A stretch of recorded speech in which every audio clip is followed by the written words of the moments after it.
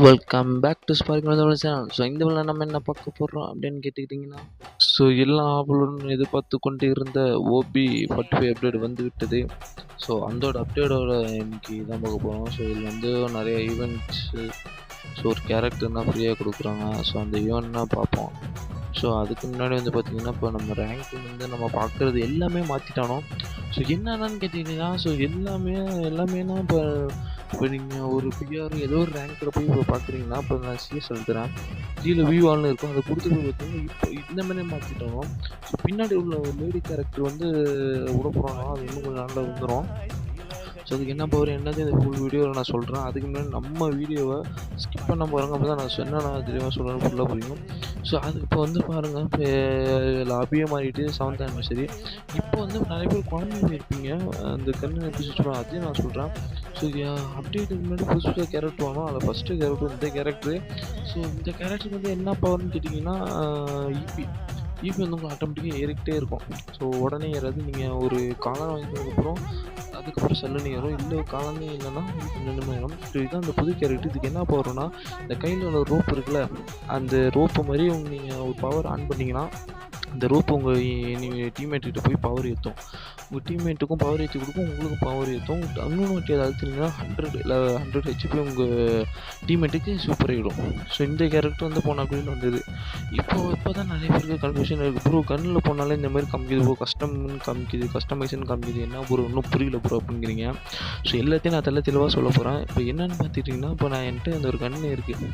இப்போ வந்து எனக்கு அந்த ரேட் ஆஃப் என்ன பத்தலைன்னா, அந்த கன்னை போயிட்டு இப்போ பாருங்கள், என்கிட்ட இந்த 4 ஸ்கின் இருக்குது. இப்போ 4 ஸ்கின்னில் இப்போ நான் வந்து ஒரு ஸ்கின் வச்சுட்டு இன்னொன்று ஸ்கின்னோட பவரை இந்த ஸ்கின்னுக்கு வைக்க போகிறேன்.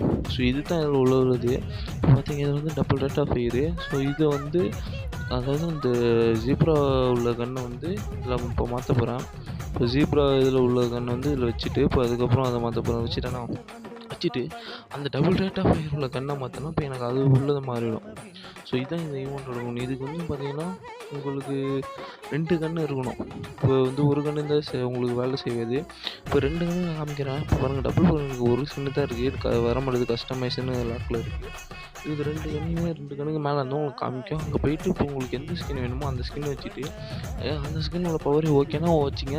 இல்லைனா வேறு ஸ்கின்னு பவர் வேணுன்னா உங்கள்கிட்ட இருக்கிற ஸ்கின் வந்து வேறு பவர் இருக்கும், அந்த பவர் வச்சுக்கி நீங்கள் வச்சுக்கலாம். ஸோ அந்த மாதிரி தான் நான் வச்சுருக்கேன்.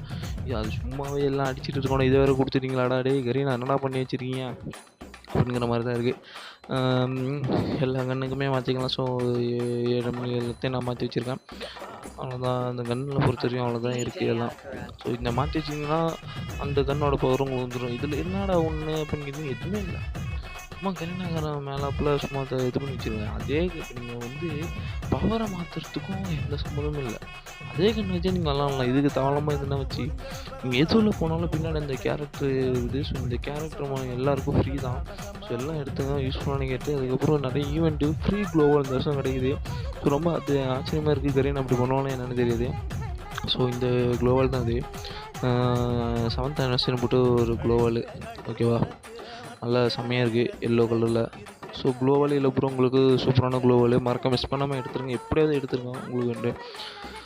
அதுக்கப்புறம் இந்த ஸ்கின் ஒன்று, இந்த கன்னத்தில் வந்து பறக்கிற மாதிரி ஸ்கின் ஒன்று. அதுக்கப்புறம் பார்த்திங்கன்னா, ஸோ கிஃப்ட் பாக்ஸில் அதெல்லாம் ரொம்ப இல்லை. ஸோ அது வந்து சும்மா டெய்லியும் க்ளைம் பண்ணுறது. அதுக்கப்புறம் இந்த பண்டில் வந்து உங்களுக்கு ஃப்ரீயாக கிடைக்கும். ஸோ கரீனா வந்து ஒரு பண்டில் ஃப்ரீயாக கொடுக்குறான்னா அது எப்போயுமே கிராண்டாக இருக்காது, சும்மா மொக்கையாக தான் வச்சுருப்பான். ஸோ இதுதான் ஓவரால் வியூ. மறக்காம சேனல் சப்ஸ்கிரைப் பண்ணிங்க.